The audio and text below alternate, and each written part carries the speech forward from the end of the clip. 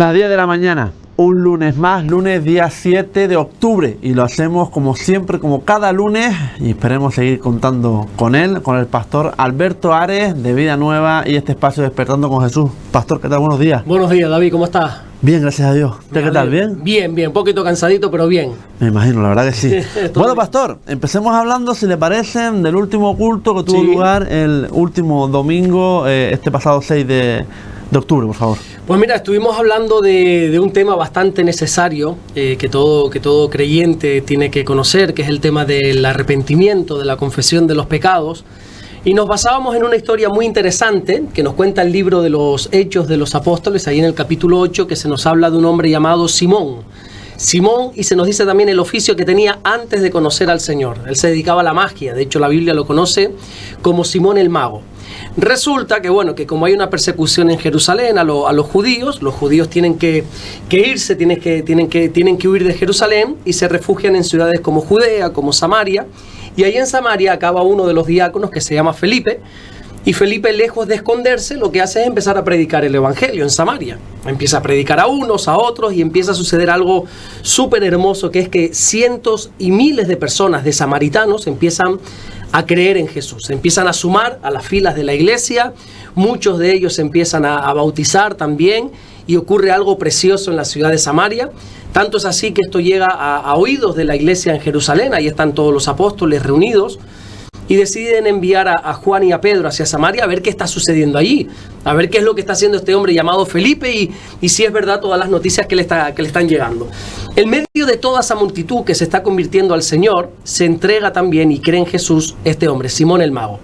Simón el Mago, nos dice la Biblia que era un hombre que siempre fue muy conocido, siempre fue muy famoso allí en Samaria. Todo el mundo, aclara la Biblia, desde el más pequeño hasta el más grande, escuchaba lo que él decía.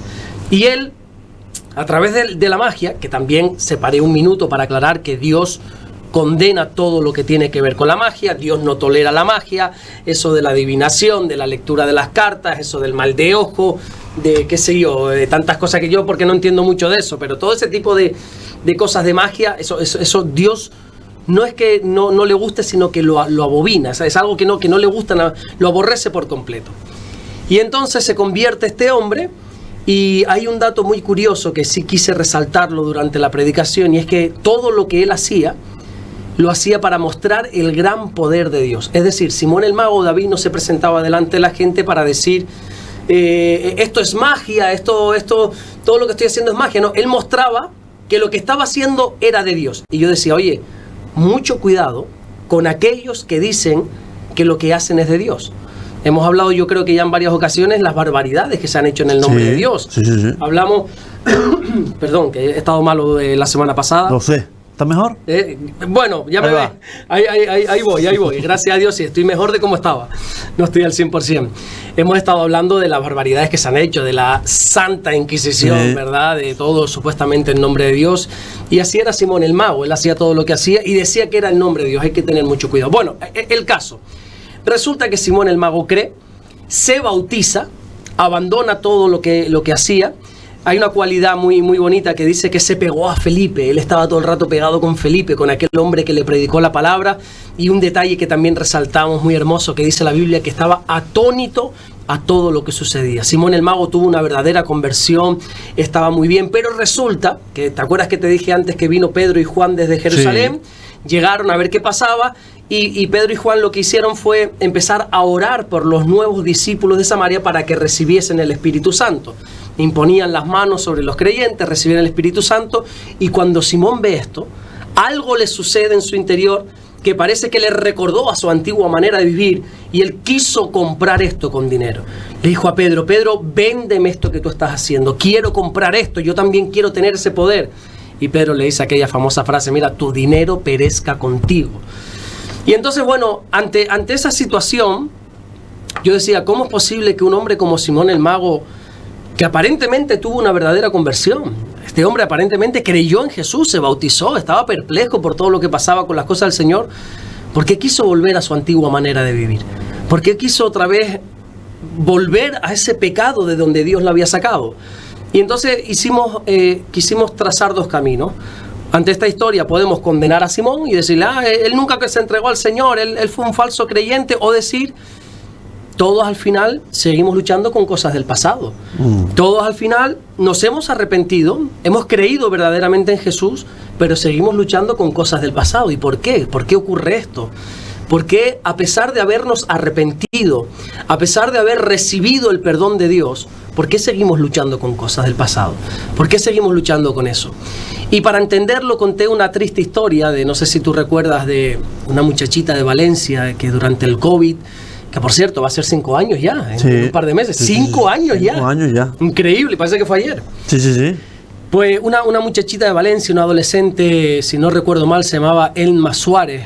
Ahora no estoy al 100% seguro, creo que sí, Elma Suárez de Valencia, donde durante la pandemia, durante ese tiempo que estuvimos encerrados, ella le empezó a brotar la fiebre, los padres la llevaron al médico, y los médicos saturados, como todo hospital en España durante aquella época, bueno, en España y creo que en el mundo entero, le dijeron, bueno, ¿cuáles son los síntomas que tiene? No, tiene fiebre y malestar.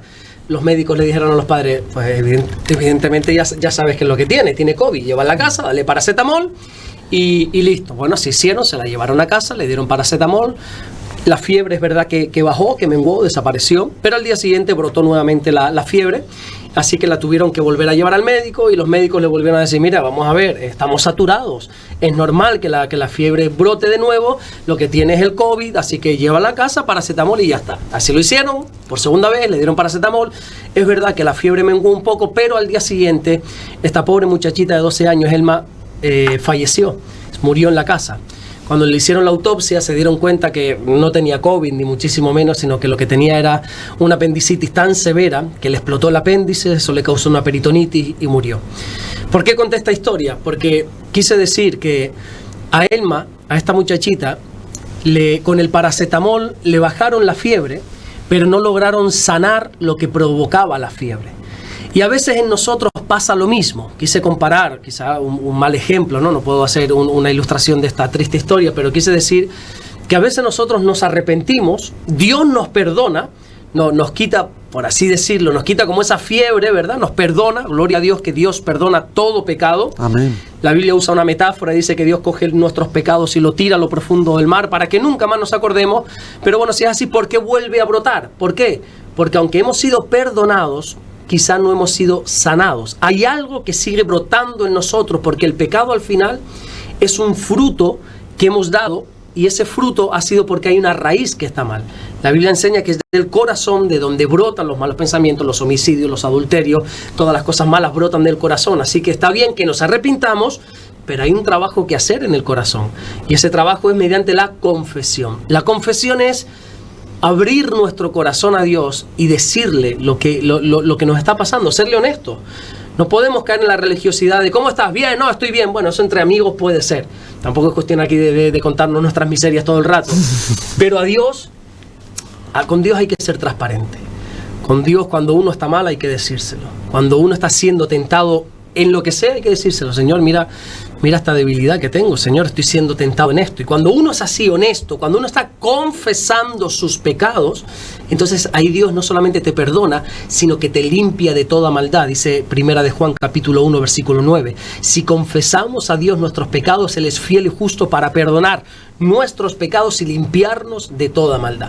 Amén. En definitiva, eso fue un poquito la predicación del domingo, que el arrepentimiento es necesario, pero también es la confesión. Y aclarábamos, por supuesto, que la confesión es a Dios, no hay que ir a ningún hombre para contarle nuestros pecados, que ese hombre nos diga, pues ahora lo que tienes que hacer para ser perdonado es X cosas, lo que sea, porque al final ese hombre es tan pecador o más o menos que yo, pero sigue siendo pecador. El único que tiene potestad y autoridad para perdonar pecados se llama Dios, y es a Él a quien tenemos que ir para confesar nuestros pecados.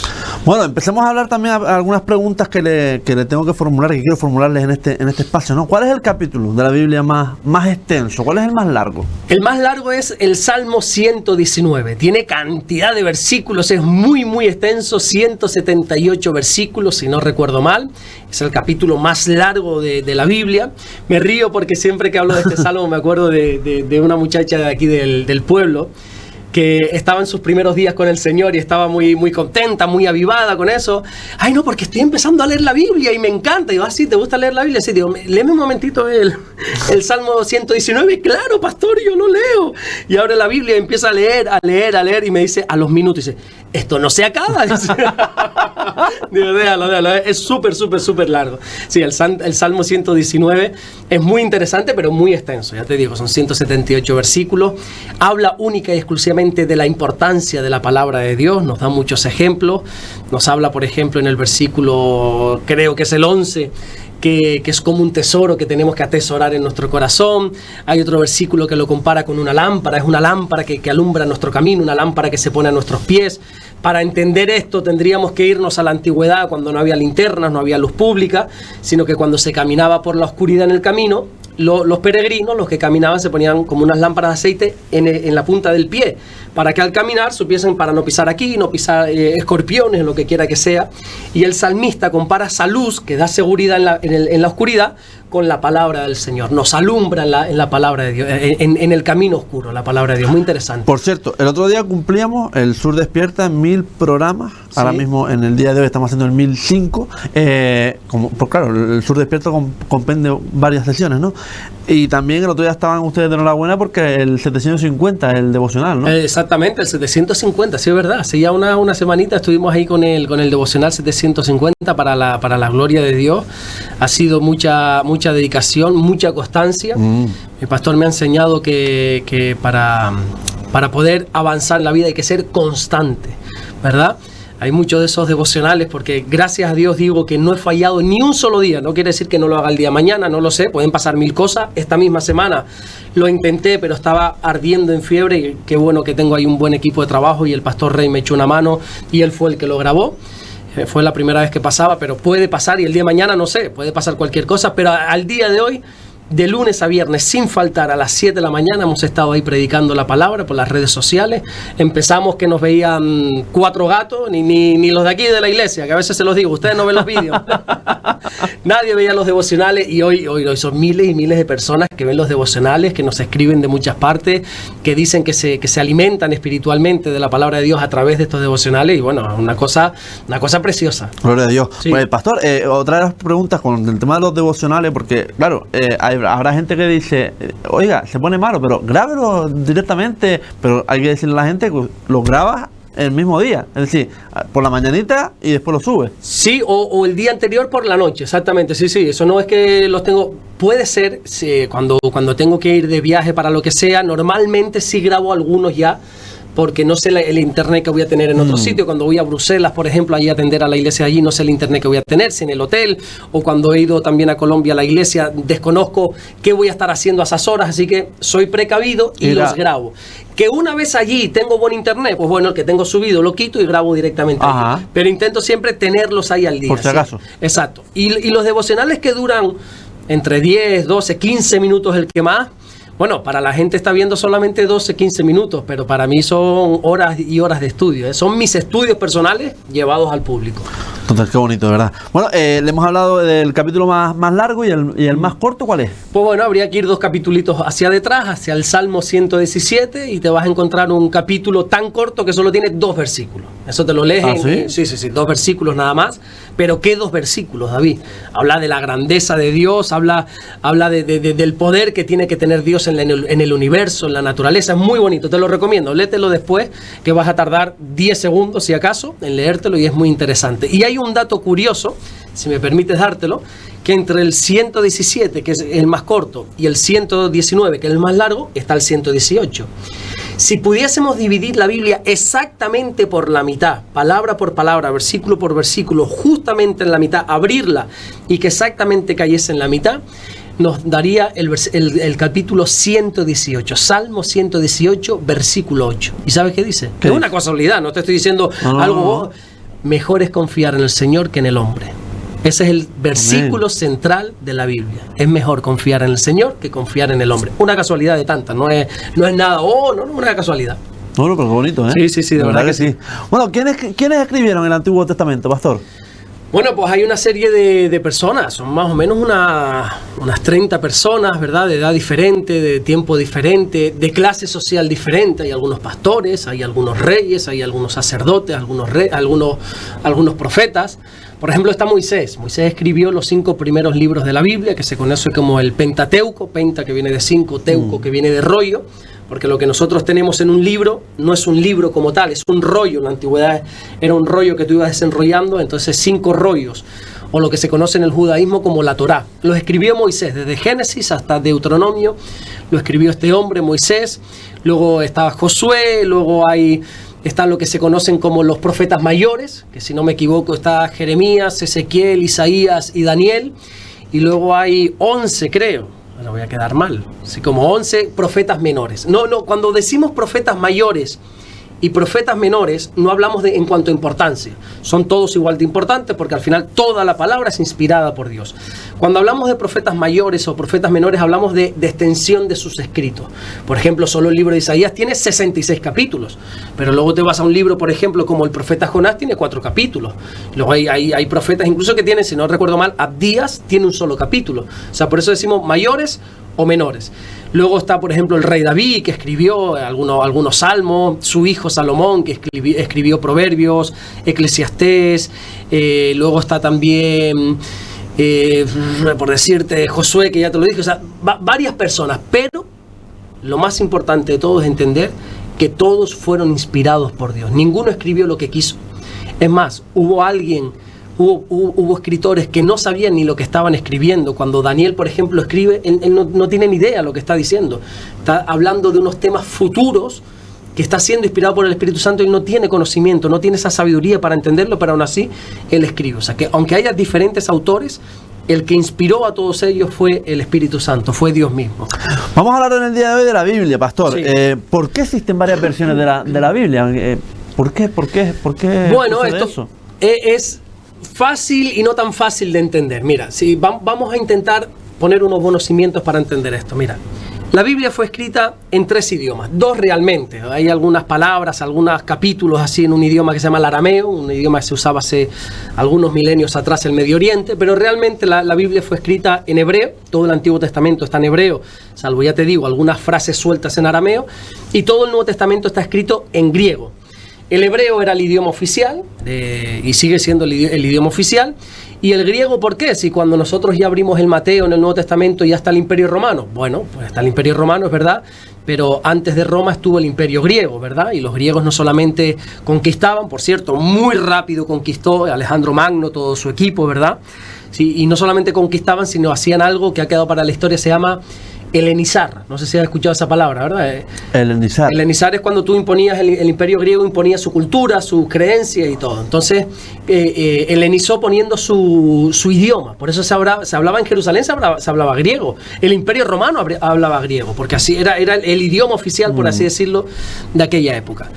¿Qué sucede? Bueno, pues que ha ido pasando el tiempo, está el hebreo, está el griego.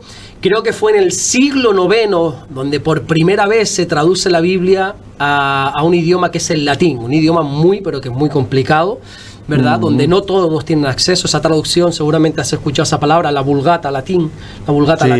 Bueno, eso es la primera traducción de la Biblia que se hace a un idioma, que fue el latín.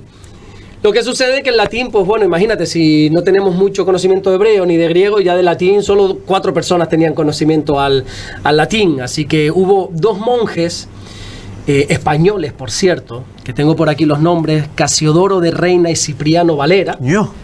Pero de ahí viene lo de la Reina Valera, de estos 2 monjes, ¿verdad? Sus 2 apellidos, Reina y Valera, que por el año 1530, ellos eran de Badajoz, ellos estaban en un monasterio de Sevilla.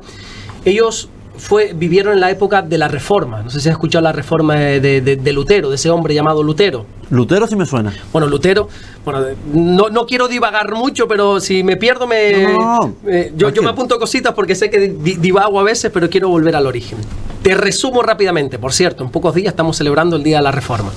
Lutero era un monje que, viendo que la Biblia solo estaba en latín, que viendo que solo tenían acceso los 4 curas de turno, que las misas se daban de espaldas a la gente, que la gente decía amén a lo que no entendía, que la gente no tenía acceso a la palabra de Dios, este monje llamado Martín Lutero, que hubo varios, lo que pasa es que el más reconocido fue Lutero, pero hubo varios, se da cuenta que lo que enseña aquel hombre no es lo que dice la palabra de Dios. Por ejemplo, en aquella época se enseñaba el tema de las indulgencias. Tienes que pagar para que tu alma sea salva.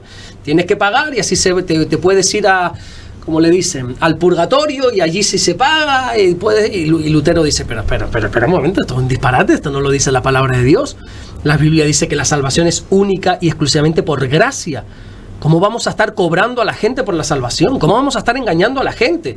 Y entonces Lutero, con buena fe, escribe lo que se conoce como las 95 tesis de Lutero. No sé si te suena de algo. No, eso no. Pues deberías leerlo, es muy interesante esa historia. Escribe esas 95 tesis con la idea no de protestar. A nosotros se nos conocen los protestantes y yo creo que somos bastante pacíficos. No me digas por qué se nos conoce así.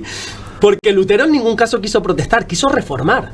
Lutero en su buena fe dijo, bueno, si yo le digo esto a este clérigo, a este hombre de autoridad que está equivocado, pienso yo que va a corregir. Y no corrigió en absoluto. Le dijeron, cállate la boca, que no cierras aquí el negocio, cállate la boca. Y entonces ya él dijo, no, es que no puedo callarme la boca. Entonces escribió las tesis, las publicó en la puerta de aquella universidad famosa, las hizo públicas, y ya la Iglesia Católica le acorraló lo de la Santa Inquisición y le dijeron aquella famosa frase, te perdonamos si te retractas. Y dijo aquello tan poderoso, David, que a mí me sigue erizando la piel. Me encanta esa valentía que dijo, ni quiero ni puedo retractarme. Esto es lo que hay. La palabra de Dios tiene que ser así y punto. Y entonces él empezó a traducir la Biblia. Cipriano y Reina Valera abrazaron esta idea protestante. La Santa Inquisición los empezó a perseguir, tuvieron que irse de España y por varios países de Europa. Allí empezaron a traducir por primera vez del latín, en el año 1530 y algo. Empezaron a traducir por primera vez la Biblia del latín al español. Y fueron dos monjes españoles de Badajoz. Después de ahí se ha traducido al inglés, se ha traducido es el libro más traducido de la historia, a dialectos, a idiomas perdidos, a todo. ¿Por qué hay tantas traducciones? Porque el idioma, a ver cómo lo puedo explicar, que Dios me dé sabiduría, cómo lo puedo explicar para que no se malinterprete lo que voy a decir. El idioma va evolucionando.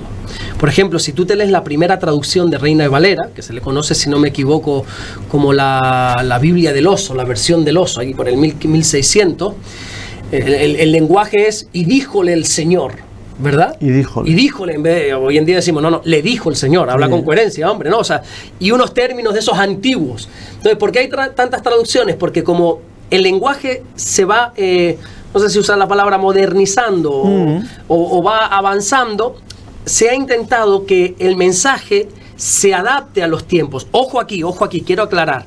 En ningún caso se manipula el mensaje. Los manuscritos están ahí, el original está ahí, pero se intenta que se entienda con las palabras que nosotros usamos hoy en día.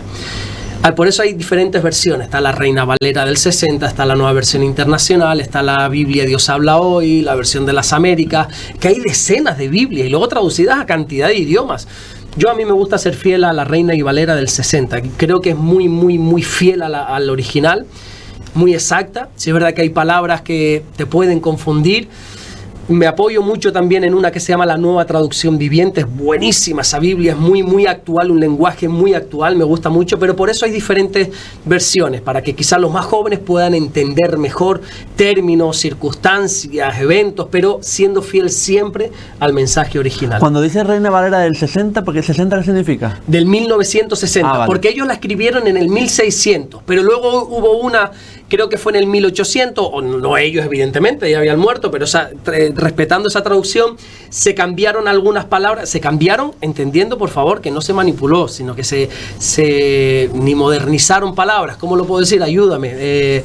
Se adaptó un poquito. Se adaptó al nuevo lenguaje exactamente, de la pero humanidad, siendo fiel siempre a la palabra. Luego hubo una en el 60, que es la más comercializada, es la que normalmente se usa para predicar, para enseñar.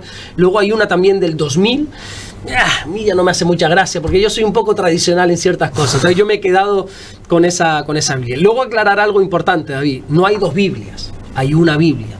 A veces la gente me dice, no, porque la Biblia católica, bueno, la Biblia católica es la Biblia cristiana. O sea, no es que haya una Biblia católica, una Biblia protestante. No hay diferencia, ¿no? No hay diferencia. La Biblia es la Biblia, punto. Y ya está. Lo que pasa que después cada uno la quiere interpretar a su manera. ¿no? Mi suegra, que es una artista con la palabra de Dios, A veces cuando se le junta algún católico, no, porque ustedes, con la Biblia de ustedes, y mi señora dice, no, tú tienes una Biblia católica en tu casa, sí, tráela, que yo te enseño la Biblia a través de tu Biblia, supuestamente. Y que al final se dan cuenta que es la misma. Lo que pasa que la interpretas como tiene que ser. Por ejemplo, ya hemos hablado de lo de las imágenes, hemos hablado de muchas cosas. Entonces, la Biblia es la Biblia. Hay diferentes interpretaciones para intentar entenderla mejor, pero solo hay una Biblia. Bueno, yo como soy un ignorante todavía en este aspecto, ¿no? No. Juan el Bautista y Juan el Apóstol no eran las mismas personas. No eran las mismas personas. Bueno, para que la gente lo sepa también, a lo mejor también hay gente que, como yo, ¿no? Sí. Entonces, hoy vamos a conocer a Juan el Bautista. Venga, ¿Quién perfecto. era Juan el Bautista, pastor? Coméntanos. Bueno, a ver, vamos a ver cómo, porque hay mucho para hablar de él, pero vamos a resumirlo. Si me alargo, me tira de las orejas, ¿eh? No. Aquí el tiempo, ya empezamos por media hora, señores, y son 45 minutos ya por programa, casi nada. Vamos a intentar, es que me gusta hablar, ¿eh? A veces No, yo lo sé. Mi mujer me dice que aburre, a veces aburre. A mí no me aburre, sinceramente. Porque me escuchas un rato a la semana nada más. No, dos, en el culto también, Una vez, antes, durante la pandemia, ahora te hablo de Juan el Bautista, espera. Durante la pandemia teníamos 3 cultos, claro, porque sabes que el tema del aforo, la separación, entonces empezamos por 2, se llenó la iglesia, tuvimos que hacer 3 cultos. Imagínate cómo yo llegaba a casa, yo llegaba cansadísima a casa, pero mi mujer estaba en todos los cultos también, ella estaba en la alabanza, ella estaba, bueno, y llego un domingo o un sábado por la tarde a casa, cansado después de 3 cultos, le digo a Damaris, uy Damaris, estoy cansadísimo. Dice, ¿cansado de qué? Digo, cansado de predicar 3 veces. Y dice, cansada estoy yo de escucharte 3 veces lo mismo. Dice. Siempre lo mismo. Bueno, vamos a hablar de Juan el Bautista. Juan el Bautista era un hombre que se le conoce así como el Bautista porque una de las claves de su ministerio fue bautizar a la gente. Él bautizó a multitudes, enseña la palabra de Dios. Entre ellos tuvo el privilegio de bautizar a Jesús. Imagínate, nada más y nada menos bautizó a Jesús cuando allí dice que había una gran cola para bautizar multitudes y de repente se acerca al Señor y él cuando lo vio dice, he ahí el Cordero de Dios que quita el pecado del mundo. Y se acercó al Señor y le dice, no, yo no soy digno ni siquiera de quitarte el cordón de los zapatos, ¿cómo te voy a bautizar? No, me tienes que bautizar. Y lo bautizó. Sucedió algo hermoso, que cuando salió el Señor dice que se abrieron los cielos, descendió el Espíritu Santo en forma corporal, como de paloma. Por favor, no seamos insensatos de decir que el Espíritu Santo es una paloma, por favor. Era una ilustración que estaba haciendo, ¿verdad? Bueno, en definitiva, Juan el Bautista era hijo de un hombre llamado Zacarías, su madre se llamaba Elizabeth. Zacarías era un sacerdote del templo y Elizabeth, la madre, casualmente era prima de María, la madre de Jesús. Y se quedaron embarazadas más o menos a la vez. Y fue un tema súper interesante porque ella era estéril, no podía tener hijos, pero de repente, mientras que el padre, como era sacerdote, estaba ministrando en el templo, concretamente estaba en la hora del incienso, poniendo el incienso para aromatizar, todo aquello, un ángel se le apareció, si no recuerdo mal, el ángel Gabriel, bueno, un ángel en definitiva se le apareció y le informó, vas a ser padre, vas a tener un hijo.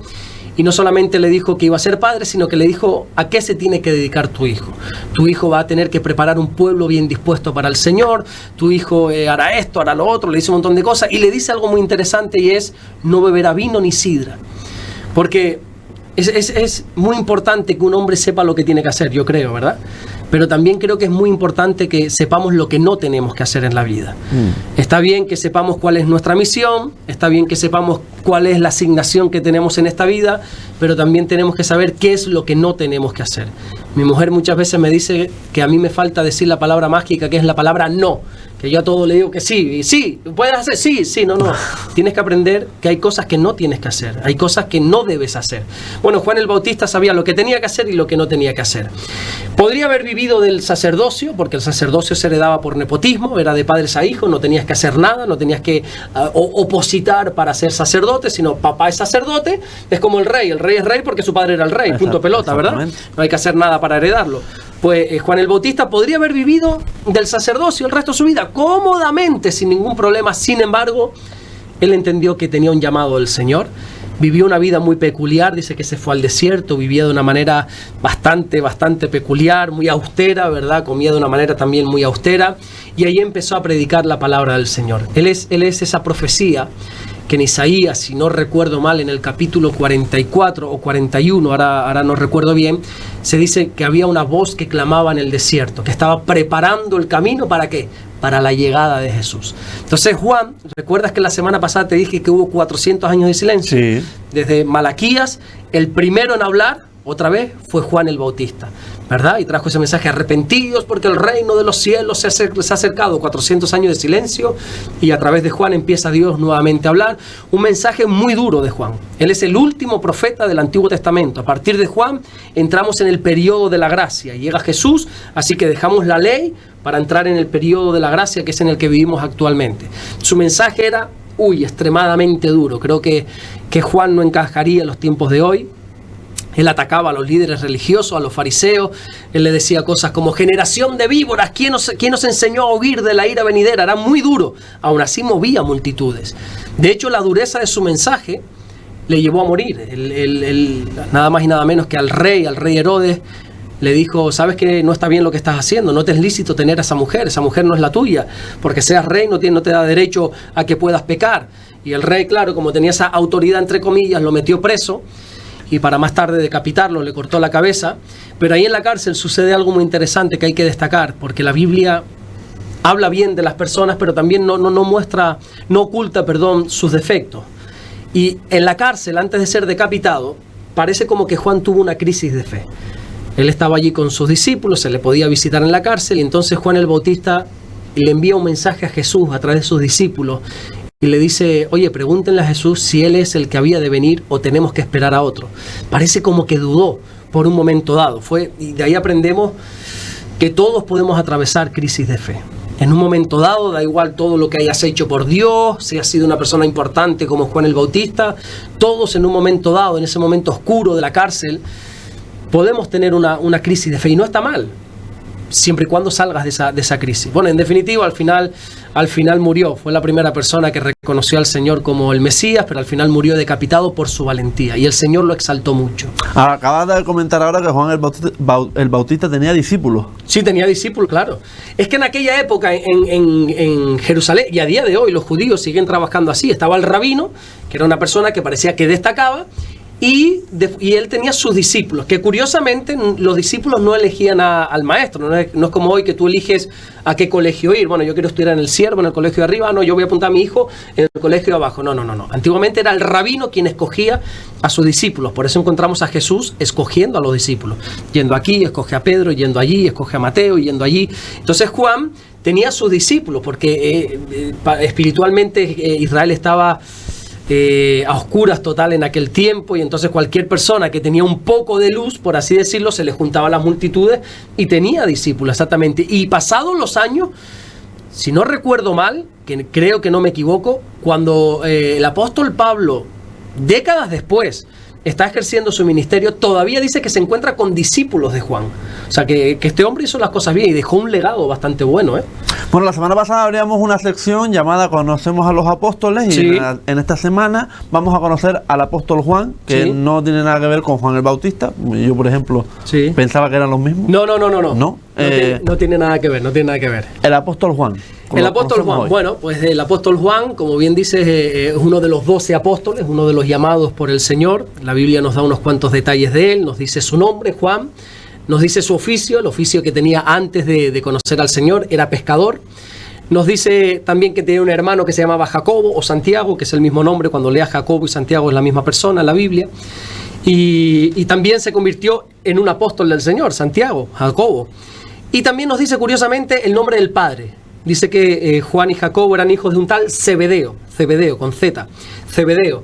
Se ve que era una persona importante porque se dice el nombre. Pero bueno, a lo que vamos, sucede algo muy curioso en el llamado. Jesús va ahí a la playa y se encuentra con estos hermanos. Dice que ellos, dejando las redes, enseguida le siguieron. Sucede algo muy curioso con Juan, y es que es a la única persona, a él y al hermano, a las únicas personas que Jesús les puso un apodo. Qué curioso, ¿no? Ese apodo. ¿Tú tenías apodo de chiquitito?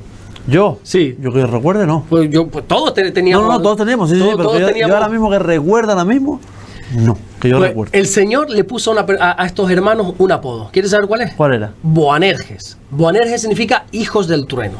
Se ve que estos dos hermanos eran Bravo. Sí, Bruto. vamos a decir, más que brutos, bravos. Eran como impetuosos, eran iracundos, podríamos decir, Ajá. ¿verdad? Y el Señor le dice, ustedes son Boanerges, y así se quedaron, ustedes son los hijos del trueno, ¿verdad? Incluso tenían ese carácter así fuerte. Una vez que Jesús quería ir a Samaria, los samaritanos no les dejaron entrar a Jesús, y Juan y Jacobo le dijeron, pero ¿cómo que no te dejaron entrar? Vamos a orar a Dios para que haga descender fuego del cielo y los consuma. Y el Señor le dice, mira, esperen un momentito, que ustedes no tienen ni idea de lo que están diciendo. Tenían ese carácter, pero una vez pasaron tiempo con Jesús, una vez Juan pasó tiempo con Jesús, qué hermoso es ver que las aguas mansas se calmaron. Las aguas bravas, se calmaron. Este Juan Boanerges, este hombre de carácter fuerte, se convirtió en un futuro vamos a conocer como el discípulo amado, como un hombre sensible a la voz de Dios, como un hombre sensible a la presencia del Señor. Fue el único que estuvo a los pies de la cruz. Cuando todos los demás huyeron, fue el único que estuvo ahí a los pies de la cruz del Señor. Y uno dice, bueno, ¿y dónde estaba Pedro? Aquel que prometía y gritaba que nunca negaría al Señor. Debajo de la cama, escondido, seguro, con miedo. Pero Juan estuvo ahí a los pies del Señor. Fue el único. Hay una cosa muy curiosa con Juan, porque hay detalles que solo le ocurrió a él. Que por cierto, después él escribe no solamente el Evangelio de Juan, escribe 3 cartas en el Nuevo Testamento, se llama Primera, Segunda y Tercera de Juan. Y aparte hay un 5.º libro escrito por Juan, que es el Apocalipsis. Es Juan quien escribe el Apocalipsis.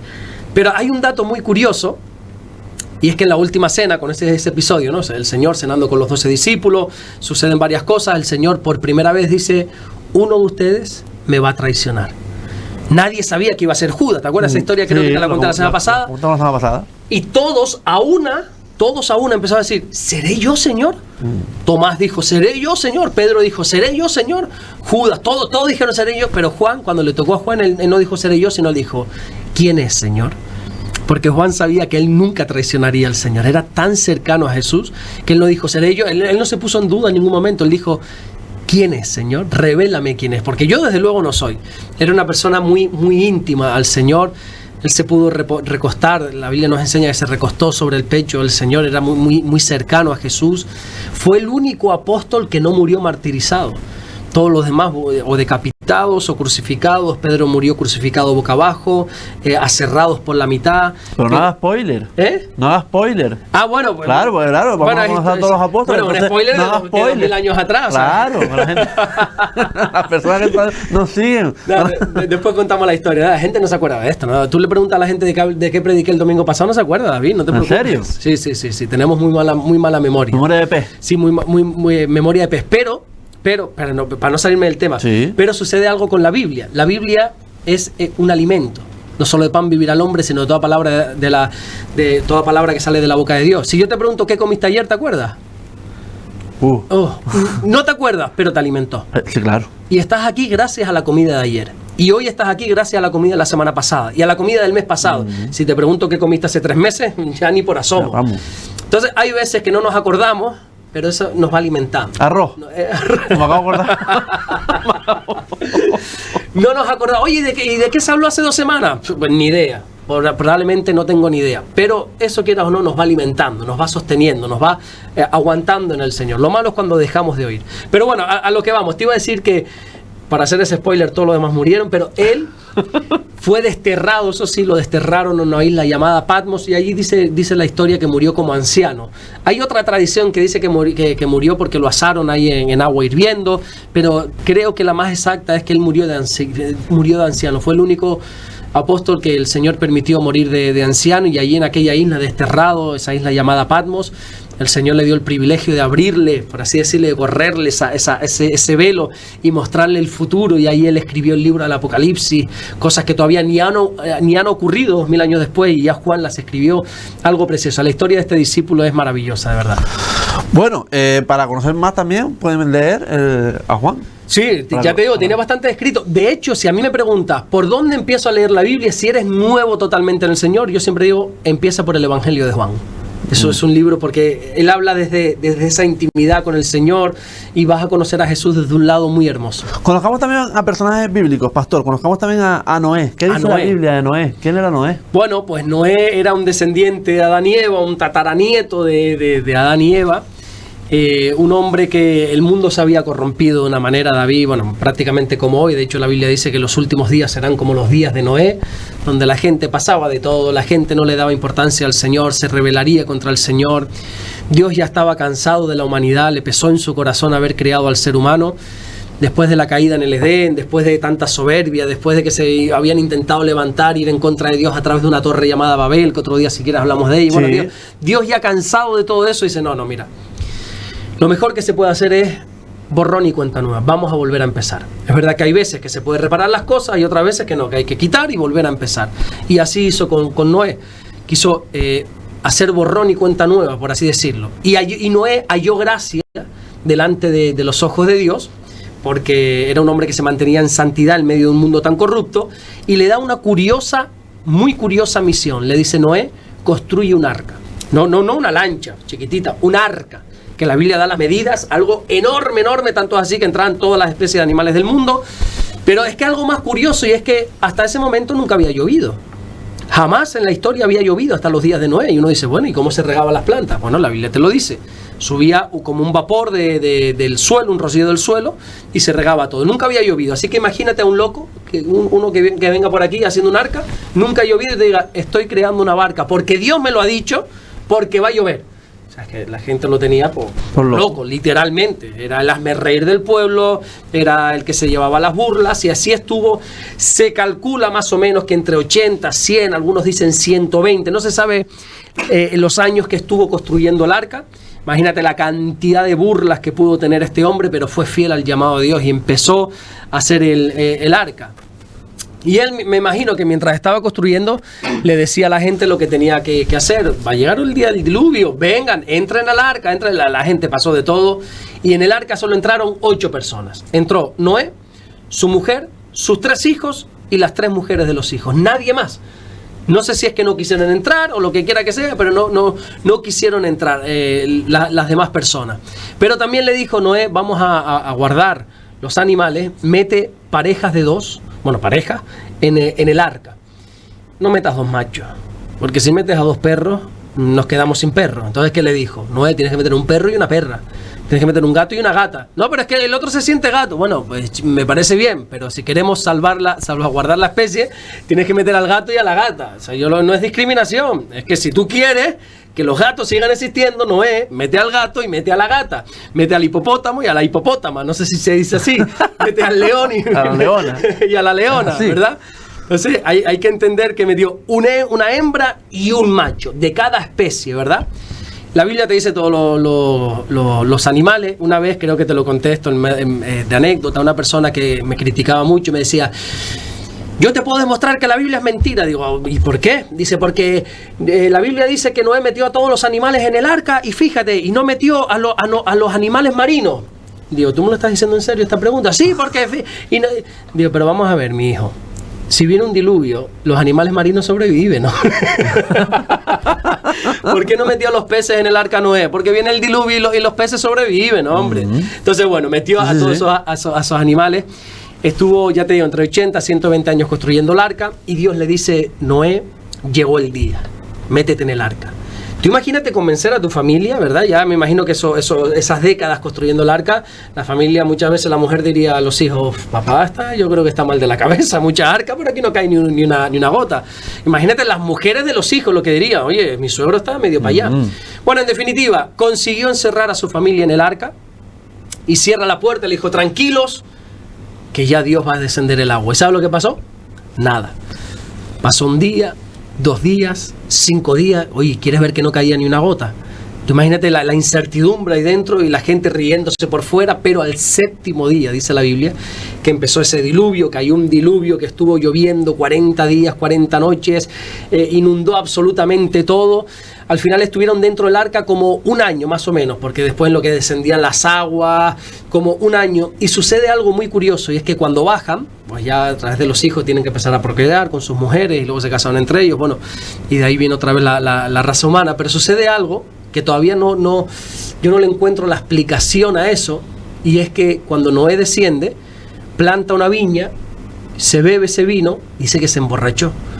¿Por qué se emborrachó? Pues si me haces esa pregunta no te sabría contestar. Hay quienes dicen que se emborrachó porque Noé vio que era un drama lo que había pasado. Imagínate, ¿no? Que eres el único ser humano, el que Dios había escogido, y era tanta la presión, tanta la desesperación de verse solo, que se emborrachó. Luego hay otra versión que no la veo muy desacertada.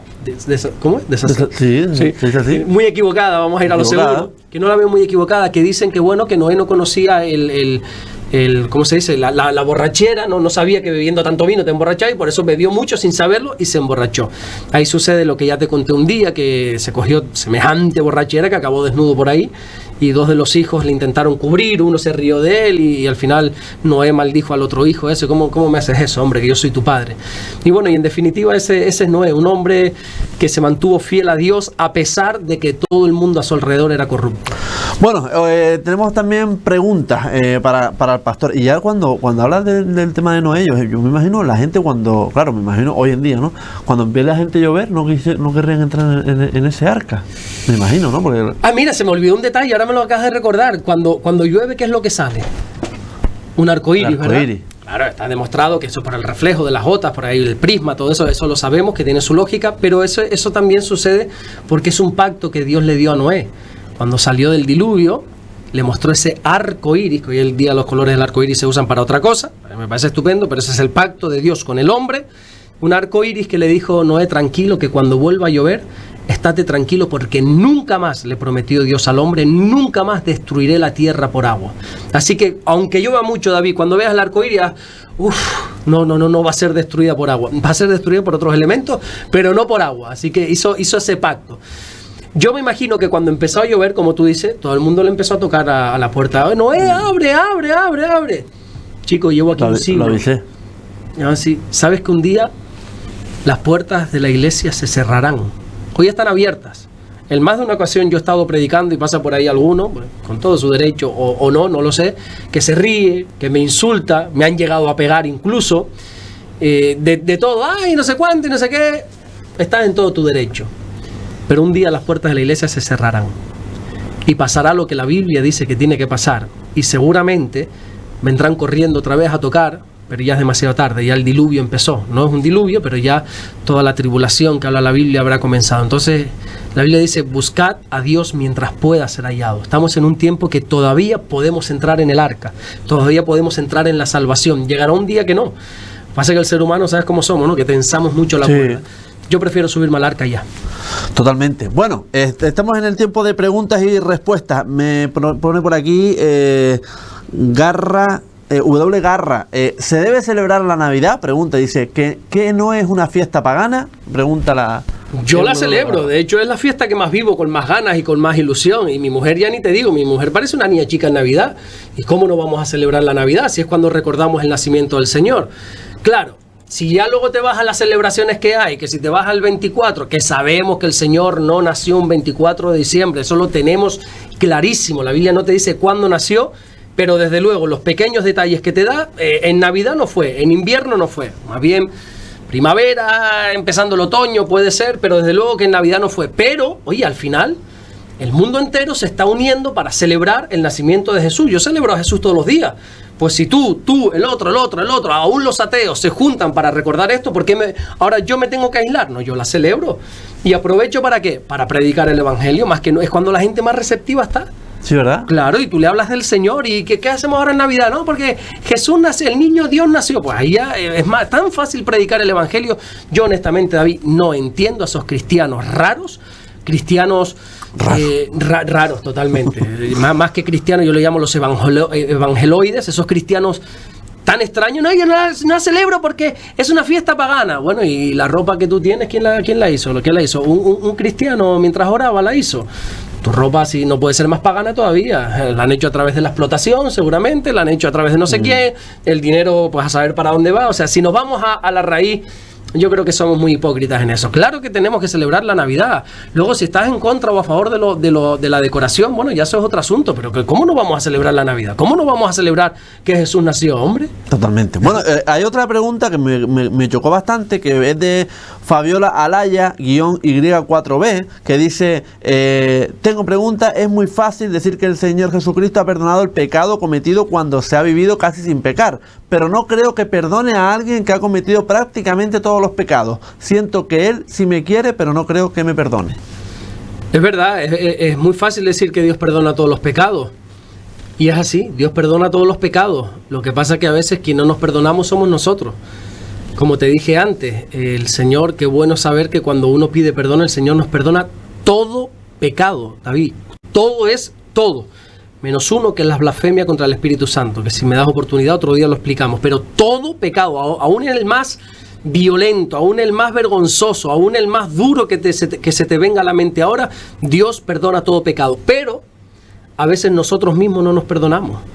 Dios incluso, como te decía al principio de la entrevista, coge esos pecados metafóricamente y los tira a lo profundo del mar. Él se olvida de ese pecado, pero nosotros no tenemos esa capacidad de olvidar.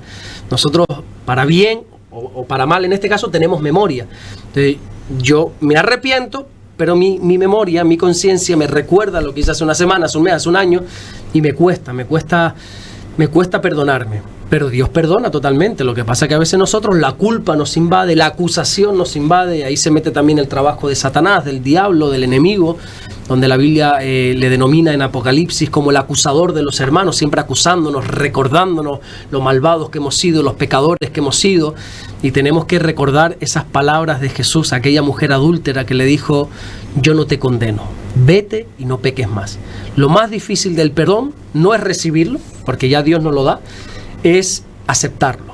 La semana que viene vamos a hablar también de la Semana Santa, porque hay muchas veces que dicen que no se puede comer carne, sí, que si pagas la gula puedes comer carne. Claro. Vamos a hablar también de... Aquí con dinero se hace de todo, ¿eh? Exactamente, ¿no? Estoy spoileando un poco de lo que hablaremos la semana que viene, ¿no? Y hablando de comentarios del canal, Salvadora Ramírez 3403 dice que para mí es una bendición escuchar sus enseñanzas, que Dios les dé sabiduría y bendiciones, los quiero en el nombre del Señor Jesús, los escucho desde California. Oremos por los niños del mundo. En las escuelas, en vez de ayudar, lo pervierten con sus ideologías. Bendiciones para todos. Eso también, últimamente... Totalmente. Lo que pasa es que si hablo de esto te censuran y te quitan la radio, ya te lo digo yo. Yo si quiero me mojo. Mójate. Pues totalmente, están hipersexualizando a los niños, los están metiendo en unas doctrinas totalmente antibíblicas, ya no olvidándonos... Porque puedo llegar a entender que la gente no crea en Dios, no crea en la Biblia, es respetable, pero lo que no me entra en la cabeza es que la gente acepte lo que se le está enseñando ahora a los niños. O sea, yo no acepto, perdona que te diga, lo siento mucho y sé que con esto, pues a mí no, porque a mí ya gracias a Dios tengo esa piel de cocodrilo que me resbala un poquito todo, pero a ti te va a caer ahora mismo, David. Pero a mí... Lo siento, pero yo no entiendo que a un niño en el colegio se le pinte las uñas, no entiendo que a un niño en el colegio se le diga que tiene que experimentar para saber lo que es, no entiendo que a un niño se le diga que tiene que probar si es niño o si es niña, no entiendo que haya baños mixtos, no entiendo tantas cosas. O sea, ya no te estoy hablando ni desde un tema, desde un punto de vista religioso, te estoy hablando de un tema moral.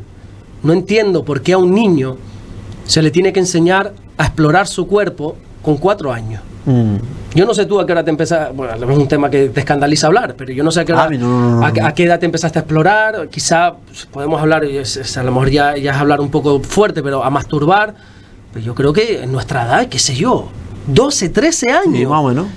O sea, que a los 5 años, ¿en qué pensabas tú? Yo pensaba en jugar, a las canicas, a los Playmobil, menos en fútbol, sexo. Sí, exactamente. Y entonces, ¿por qué se le tiene que enseñar eso a los niños hoy en día en los colegios? Y es obligatorio. Es obligatorio. Y encima quien da esas clases no es una persona con una moralidad bíblica, sino con una persona que es demasiado liberal.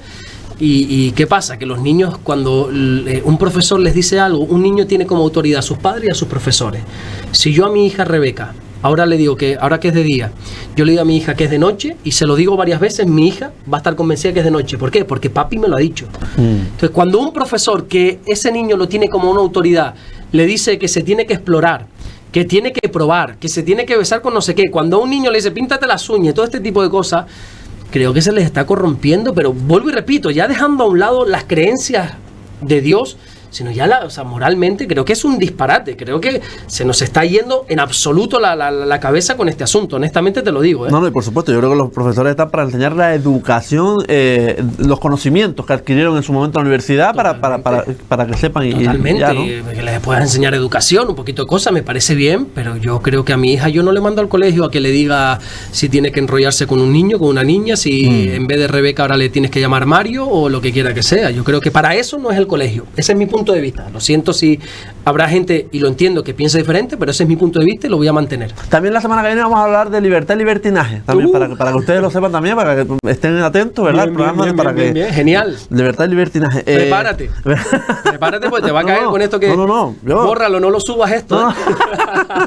Isabel Cecilia Mafalto, 8444. Estoy muy feliz aprendiendo cada día. No quiero preguntar porque todo lo responden ustedes. Estoy asombrada con lo que hace Dios con la obra Vida Nueva y feliz de tener las prédicas en casa. Vienen a ver las chicas porque soy viuda y decidí vivir para el Señor. Todo lo que Él me regale de vida, agradecida por todo y en todo. Sigan así, oro por ustedes y aprendemos todos los días desde Argentina. Gracias, gracias y gracias. Gracias a todos ellos que gracias nos escuchan. A todos, de verdad. Y cada día somos más, de verdad. Sí. Tanto en el canal del Pastor como en Sur FM están ahí comentando como cosas buenas, la verdad que sí. Gloria Pastor, a Dios. La semana que viene más y mejor. Esperemos que sí. Gracias a Dios, ¿verdad? Sí, gracias a Dios, indudablemente. Gracias, de verdad. Gracias a ti también, David. Muchas bendiciones. Bendiciones. Hacemos un alto en el camino y enseguida regresamos con la entrevista a David Herrera, concejal del Ayuntamiento de Tuineje de Festejo Juventud, entre otras áreas. No te vayas hasta ahora.